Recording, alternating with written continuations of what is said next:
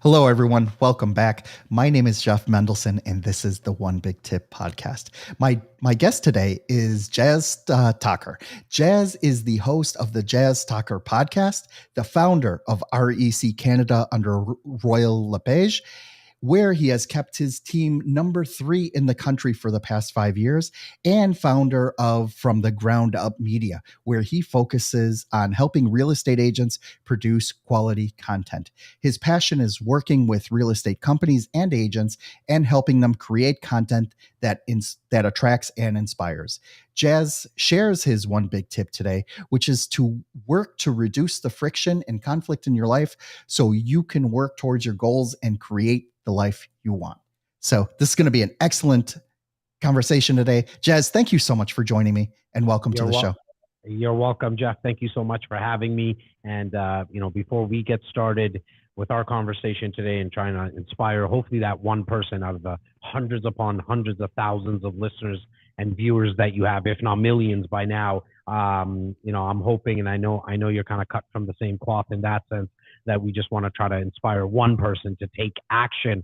I actually just want to congratulate you, man, because as a fellow content creator, brother, I know how hard it is to get people on podcasts and then put yourself out there and then people get canceled or there's delays or whatever it is, man. Technology sometimes, and I had a little issue with technology on my end, as we started. But for you to continuously and consistently put yourself out there, it's personally the virus that I like to put out there. But I think we just need more positivity in our lives, and you're doing your part. So congratulations and thank you for doing all that for the world, man. We need a lot more of it. I love it. Thank you so much for those positive vibes. So listen, there were a lot of commas in that intro, right? You do a lot of stuff. Tell us a little bit about who you are and what makes you so amazing. Well, I think first and foremost, your listeners can't see I'm a very good-looking Indian guy. I think I'm going to start there. But all kidding aside, I'm born in the northern part of Toronto, Canada, in an area called Rexdale, and it's one of those areas that when people were driving through there, you were told to like lock your doors, put up your windows, just a stigma around it. And luckily for myself, I was sheltered from it somewhat because of the home that I grew up in, and my father, my mother, my two older brothers, I got to see on a daily basis, my father being a taxi driver his whole life, my mother being a factory worker her whole life. Like that, like work ethic is ingrained in me, right? Like it's not that we didn't grow up with nothing, but we also didn't grow up with everything, right? And so that probably lower middle class, I guess you can kind of say, seeing them put in the work daily, saving money, not necessarily taking a lot of risks. I think I got my stomach, and for your viewers, you can see I do have one, but I mean my stomach for taking risks, probably from my older brother. Just he's 9 years my senior, almost 10 years my senior, and just watching him and him allowing me to be part of the conversations that he was having. So when he's 25, I'm 15, 16 years old, right? And he's 30, I'm 19, I'm 20, 21 years old. And so I've always been a little older and wiser, I guess, because I've been part of those conversations at such a young age. And so that really set me up at that age of like 11, 12. I started to realize how much I like this industry of sales. Like, not even knowing it was an industry. I started knocking on people's doors, selling newspapers, but you could tell, right? Like the feedback you're getting from the guys and gals that were opening the doors, the tips I was getting. Then I go into selling shoes for 3-4 years. Then I went into the banking industry and the sales and service industry, sales and service department. Then I go into selling cars, all 3 to 4 year stints. And now it's been selling real estate for the last 17, almost 18 years. I've never done any other job really. Like I owe so much to the sales industry because it's given someone like myself an opportunity to really have like no ceiling. Like there's just no ceiling in terms of what you can earn, the lifestyle that you can have. And I think I do it a little differently, right? Like I'm not that pushy salesperson. I bring a lot of energy and I think I got some charisma, but I'm just not into that sleazy salesman stuff. And I guess it's easy being in the sales industry as well, because you know that the bar's not set that high, right? Like if you would ask people, some of the most trusted professions, firemen, policemen, and so on and so forth, would probably be at the top. I think salesmen and saleswomen would be near the bottom. And so knowing that most salespeople are pushy and they are trying to manipulate, and I'm not knocking anybody, but like I think we've all dealt with people like that in this industry. I knew that if I just like made it easy for people by informing them, by educating them, and I do that through a lot of my content creation, that they'll be able to make an informed decision themselves. And I can actually sleep well at night because I'm not pushing a service or pushing a product down their throat. And I think that's what's really, made me a little unique and different, especially in the real estate industry. You know what's interesting is that salespeople in general are underrepresented in a lot of different arenas. Like in movies and in like as soon as you say salesman, the impression is that, oh, this guy's gonna steal from me, or he's not gonna make or it's not gonna be a win-win situation. One of my favorite movies is Glengarry Glen Ross. Have you seen it? Hey, coffees are for closers, Jeff. The coffee is for closers, or you get this set of steak knives, right? Where's my Third leads? price is Where's all required. the leads? Where's all the leads? Exactly. I love that movie. Love it. Yeah. And what happens is that, and I highly recommend that everybody watches this, right? Because what happens in sales, and I try to, I try to instill this with my kids, and I tell this to anyone who will listen. We are all in sales, right? I mean, fire up Tinder, the dating app, you're in sales, right? When you write a resume, you're in sales, right? Even though you're going for that engineering job and you think you don't have to talk to somebody, you still have to sell yourself on how to, get out there, right? So salesmanship is a necessary skill for wherever you are, Well, right?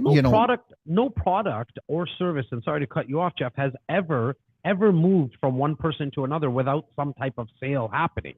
Like the mics that we're using, the cameras that are on right now, the laptop that everybody's watching this on, the TV that everybody's watching this on, the fact that they're most likely watching live on Facebook, YouTube, or LinkedIn right now, the fact that they're watching on those platforms, well, you were sold something, whatever it was, right? And I think the guys and gals that are in this industry and they're not ashamed of it, like, look, I can use the title of founder. I can use the title of a real estate broker. But I tell people all the time, I'm a salesperson and I'm like proud of it. And if you have your judgments around that, not you as Jeff, but you as somebody who's watching or listening right now, I get it. I understand it. But if you actually dive into some of my content, if you actually take the opportunity, because there's a lot of salespeople who are from the consultative approach. They're actually trying to bring value to a conversation in terms of educating you. Then you'll come to realize that not all salespeople are sleazy.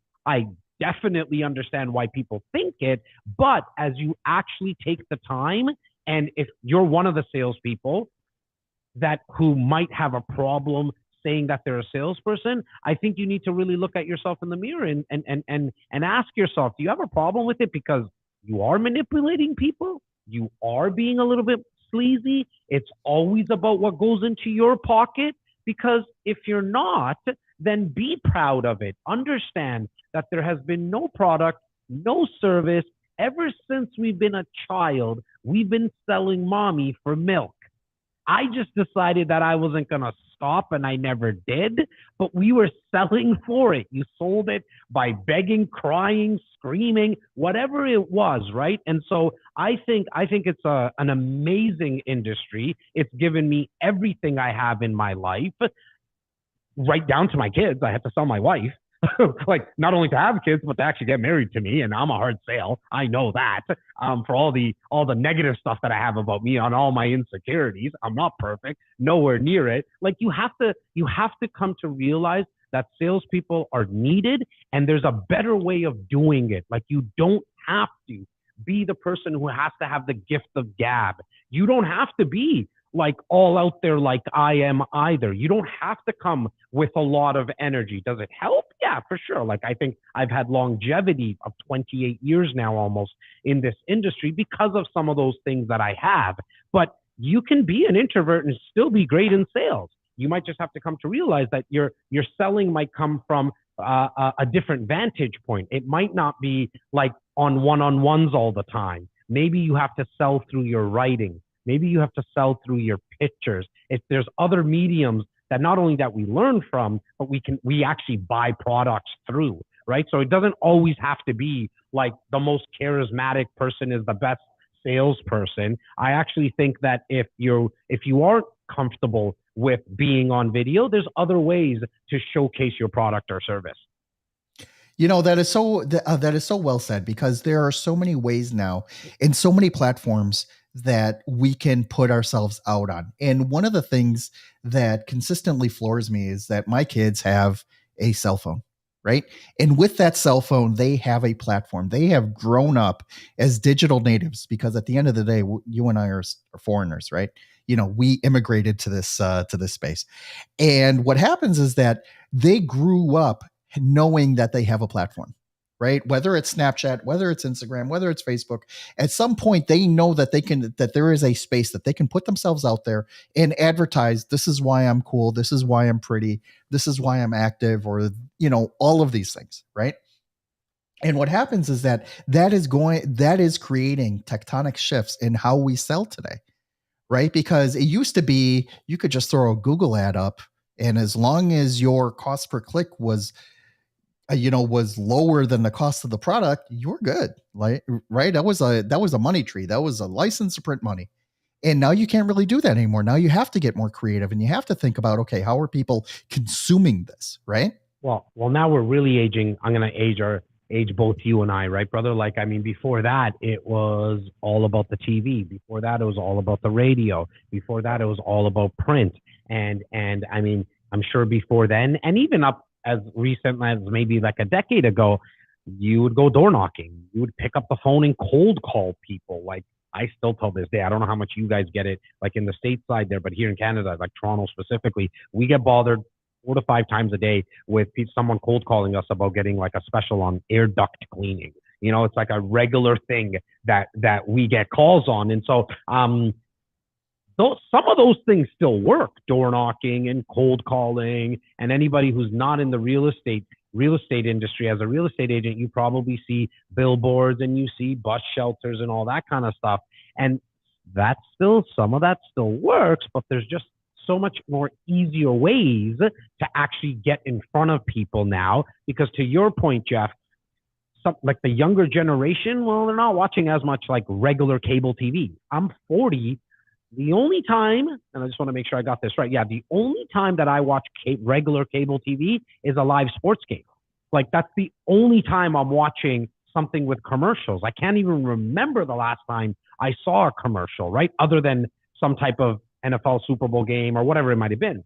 And so knowing that now, like spending millions upon millions of dollars on commercials, it might not be the best return on your investment, right? I get why somebody would spend hundreds of millions if they had to on a Super Bowl ad because so many people are watching it. I understand that. But knowing that most people are on 7, 8 apps on this device, why not be there? In fact, that's where they want to, this younger generation and even the older generation, because this is not just for millennials by any means. We're on those 6, 7, 8 apps, probably a cumulative of 2 to 3 hours a day on the low end. Like if you were to actually add it up, if you're on those apps, you yourself as a viewer are on those apps, you know that majority of the people that you're trying to reach, as in customers, are on those apps as well. Why wouldn't you put out some type of content there about your product or service? Which I got some news for people. Like when I started doing this 3.5 years ago, I actually didn't even realize the power of someone connecting with me before they actually met me in the office. Like being a salesperson born and bred, I never had that tool. Because if I had an hour consultation with a prospect, the first 35 minutes of it was just me building rapport and building credibility. Well, now when somebody saw a video of me at 2 o'clock in the morning, read a blog that I might have had written at 4 o'clock in the morning in their pajamas, when they come into my office, I have a little bit more leverage. And I don't mean leverage from the perspective of taking advantage of it, but I mean it from the perspective of I have leverage because they saw all that. They heard my voice. They read something I had to write about, and they still decided to pick up the phone and call me or come into my office. That means that at bare minimum, they somewhat liked what they saw, heard, or read, that they still came into me to come see me in the office, where in the past, I had no clue where the person was coming from. And maybe I actually had to go door knocking and knock on their door. So I was actually even disturbing them. And now you're trying to build up, you're working uphill. Once I got this tool in my toolbox, it was game over. Like, I put every single one of my dollars into putting out content every single day, because not all your pieces of content are going to resonate and or hit with your target market, because they might just not see it. They might not like what you said, but I'm going to take my chances. I'm going to put out content consistently, and then allow the right people, the right customers to come to me and repel the wrong ones. Because if somebody watches a video, they're watching right now, they're making this, like, they're in their head, they got these bullshit detectors, and they're like, this guy's full of you know what, or I kind of like what he has to say, and maybe I want to get to know him more. Like, video, that's why video is the top way for you to actually connect with people, other than meeting with them one-on-one. But I want to emphasize, and I really, really want to make sure I articulate that not everyone's as good looking as Jeff. Not everyone has that sultry voice like he does. And so you might not be as comfortable as he is. Go do the other types of mediums. Go write if you're a writer. Go take pictures if you're an amazing picture taker. If you're someone that can draw, like, put out your messaging through drawing. Like, there is a lot of other ways, but don't get it twisted for a second. Video is the best because they get to feel you, like, see you, kind of feel your energy or lack thereof. And some people, I turn off a lot of people. I know that because of the energy that I come with. And so even if you don't have it, as I mentioned earlier, you just got to put yourself out there. So it starts the feedback loop. And then you could do more of what works and less of what doesn't work. I love that rant, because one of the main things that I was doing, especially when I started this podcast, I bought all the gear, right? I bought everything. And I tried to do video, and I was just like, and I tried to do it on my own, and it just, it physically hurt. I mean, it just, everything was turning in my stomach, and I was just like, no, I can't do this. And then I was like, something, let's do an interview style podcast, right? That's how it originally started, was to just do audio. So first of all, there was a lot less pressure, right, to do that. And second of all, like, speaking with other people, I'm great. I can do this for hours. You and I can nerd out on this stuff, until 7 p.m. tonight. But first of all, no one wants to hear all that, right? Unless we break up this episode into several parts. But the other part is, I always knew that my personality and my voice and my demeanor, I knew I was toxic to 1 to 2 out of 10 people. Right. And I accepted that. I'm like, something, if I'm not your cup of tea, move on. Just move on. It's all good. Let's stay friends, but one of the things that I really thought about when I set this up was, God, I hate my voice. God, I hate, and especially when I made that transition into video, I was trying to figure out, like, what would be the best way, to portray this. And, at some point I was just like, something, you were putting up way too many roadblocks. Just go and do it. It's all good. And if you mess up, if you stutter, if you make a mistake, hey, something, you're all human. That's why people love you, and if you said to me, and like and sometimes I joke around and tell people, like, look, the reason I'm okay to do content because I like the sound of my own voice, right? But the truth of the matter is, I don't sit at home and get off on the sound of my own voice. And somebody who does, like, I would worry about that person, right? So if you said to me right now, Jeff, that you do, Jeff, don't I just have the most beautiful voice? And so the reason I'm going here is because most people don't like watching themselves and listening to themselves. That's such a normal way of living and being.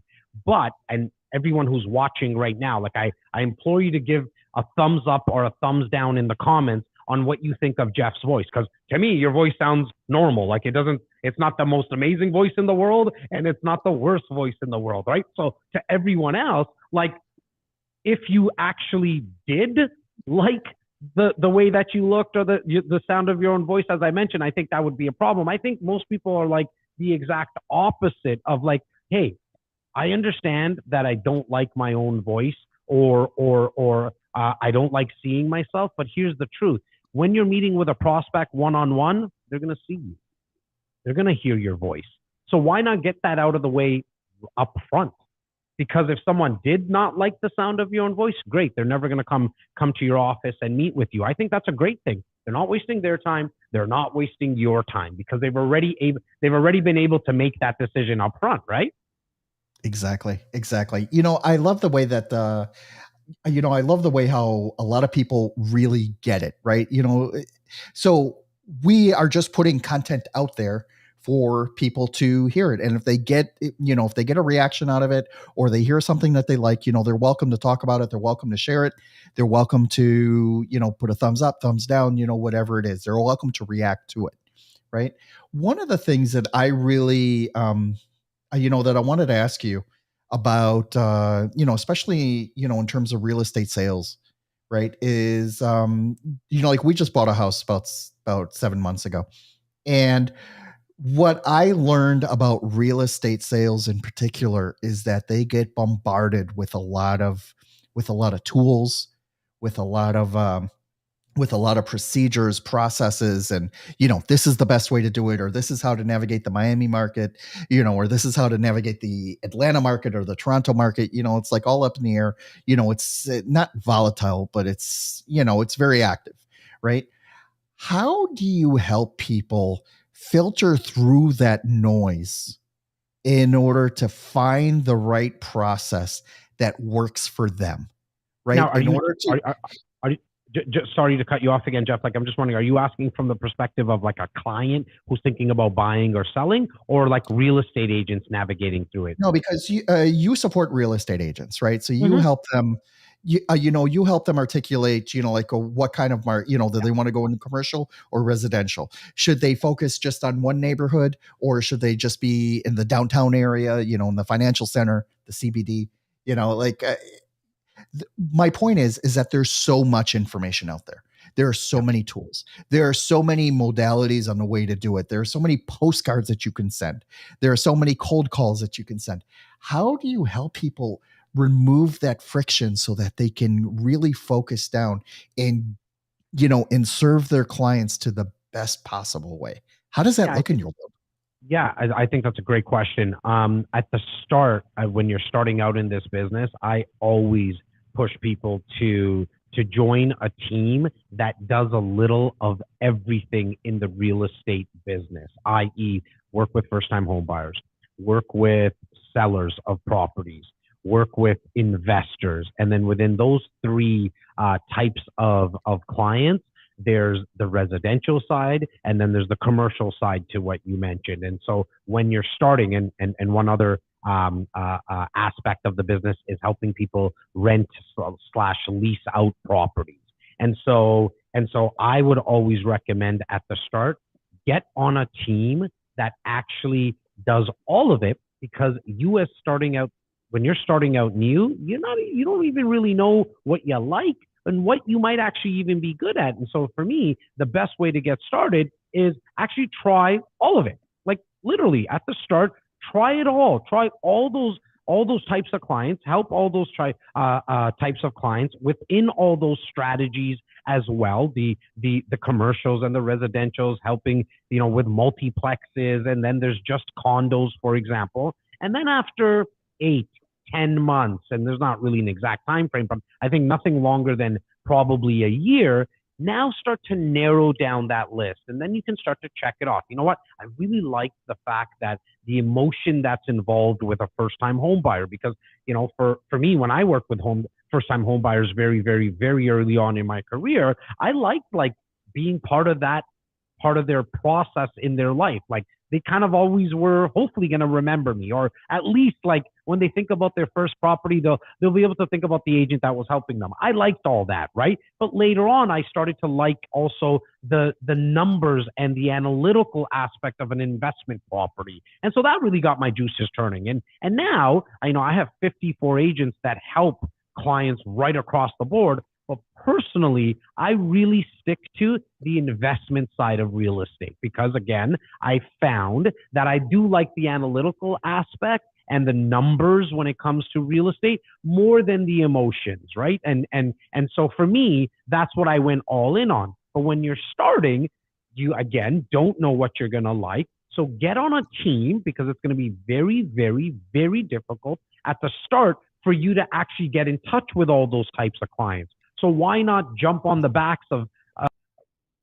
a team that's already doing it at a high level? Always leave clues. So somebody who's doing it at a high level, you can pick up on some of the business that they're actually missing out on because it doesn't matter what business it is, it always has holes. And so you can try to plug some of those holes, get to the table, meaning even if you have to work for free at the start, even if you just had to bring coffee to the table so you can be immersed in the conversations that's happening with that team, I want you to do that. And then into that year time frame, you can start to make a decision on what you want to focus on, maybe primarily, maybe there's one or two things in the business, and then you can start to hone in on that.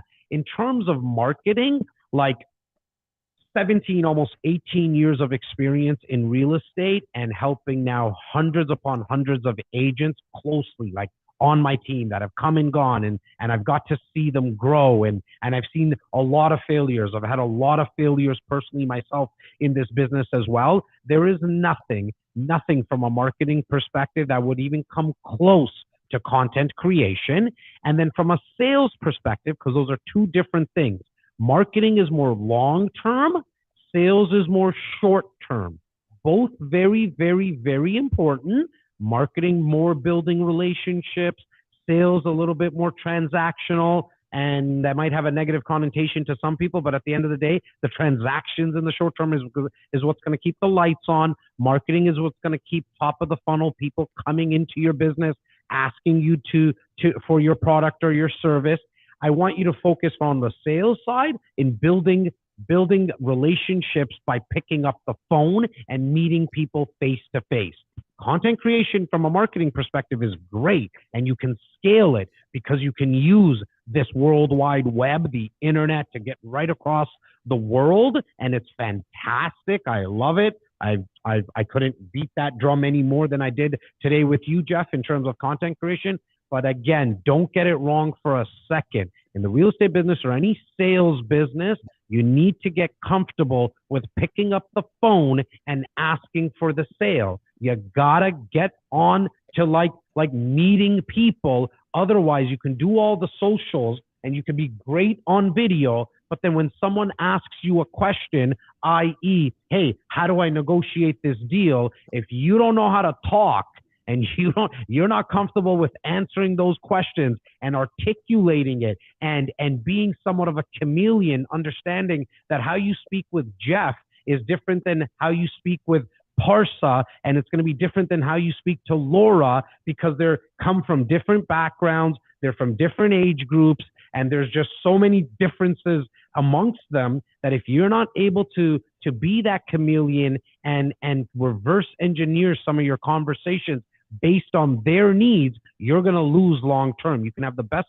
marketing department, or you could be the best podcast host in the world, but if you couldn't actually articulate and influence someone ethically to make them actually work with you, it's all for naught. Very well articulated. Now that we're quoting movies, from the movie Boiler Room, Ben Affleck, told all his recruits, a sale is going to be made today, right? Either you're going to sell them on a stock or they're going to sell you on why not to buy it. So 100%. It's like, right now my team, so I have the 54 agents that I mentioned, but then I have a core group of 8 people that work with me on a regular basis. Out of those 8 people, there's 3 salespeople that I have nurtured and trained. They're like my, left, right, and brain, for lack of a better term, right? And these 3 right now are on a call blitz, meaning I have a database that I've been nurturing over 17 to almost 18 years of 11,562 people. These 3 guys right now are on calls, and not like, this is not cold calling, because these are clients that I've been nurturing for 17 years, and they're asking the question, Mr. and Mrs. Client, where's your headspace at with what's happening with the real estate market right now? In a 30-day period, the target is to do 3,000 calls. 98% of those calls, Jeff, are going to be from people that say no, or they're not going to pick up the phone. We're actually okay with it because we're not in convincing mode. We're not trying to convince Jeff to do business. We're just sorting for the 2% that are ready to go and they say yes. The other 98%, we're going to ask them very politely if it's okay that we stay in touch with them and follow up with a phone call, email, or some type of event anywhere from 3 to 6 months from now, right? And so I believe in sorting as a salesperson and not convincing, because there is people right now in a massive, let me not over dramatize it, in a market that is actually in a downturn like that we're going through as of right now. There is still people who want to take advantage of compelling buying opportunities. So you're going to hear a bunch of no's. You just need to sort for those yeses. Amazing. What it's such a great process, and to know, that you have set up your team so that you can, you're basically setting them up for success, right? Yeah. Is actually, like the best part about it. So I love that. I love the way you articulated that. And, Thank you for and, and sharing. really quickly, I'm glad, I'm glad that landed with you. And as you were saying that, I think what we've even done more than they're just setting them up for success, I've gotten them comfortable with failure. Like, we went into this and me telling them, guys, Tyler, Luke, Ali, be prepared for 98% of people to say no. That's okay. That is completely okay. Please don't go down and try to sell them. Like, I'm not a sales coach. I'm not somebody who tells people like be pushy, and not that sales coaches are, but like I have experience in this industry because I'm still doing it. I'm still doing the business where if somebody says they're not ready yet, I get that you can ask 62 more questions and try to handle their objections. And I just don't feel like people are hockey pucks. And so I don't want to handle them. It's, they're not ready. Don't push them, man. They'll be ready later on. And if you're nice about it, they'll probably tell a friend when they're at a cocktail party, when that friend mentions, oh my God, I would love to get some real estate advice. Well, hopefully they think of Jazz's team, right? That's when they hopefully will think of us. But if we know that we're actually going to wake up in the morning and 98% of the calls we make, nobody's going to pick up or they're going to say no, that's okay, because we're just sifting through to get that red, juicy apple. And that's the person that says, hey, I'm ready to at least get more information. And if it's compelling enough, I might even take action. Amazing stuff. Jas, thank you so much for sharing that. Can you please let everyone know how they can learn more about you and how they can reach out to you directly? I appreciate that. I'm not that hard to find. I produce an ungodly amount, and some would say too much content, but I believe that more is more. That's for sure. And so I'm not that hard to find. I think the easiest thing to do is to just go on jastakhar.ca. That's JASTAKHAR.ca, and you can figure out how you want to consume me. If it's video, audio, the written word, your Instagram, all that stuff, all my handles are there and socials are there. But start there just at jastakhar.ca. Amazing. Jas, thank you so much for joining me. This has been a great conversation. I love the energy, and I really appreciate all the value bombs that you dropped today. Thank you for joining me.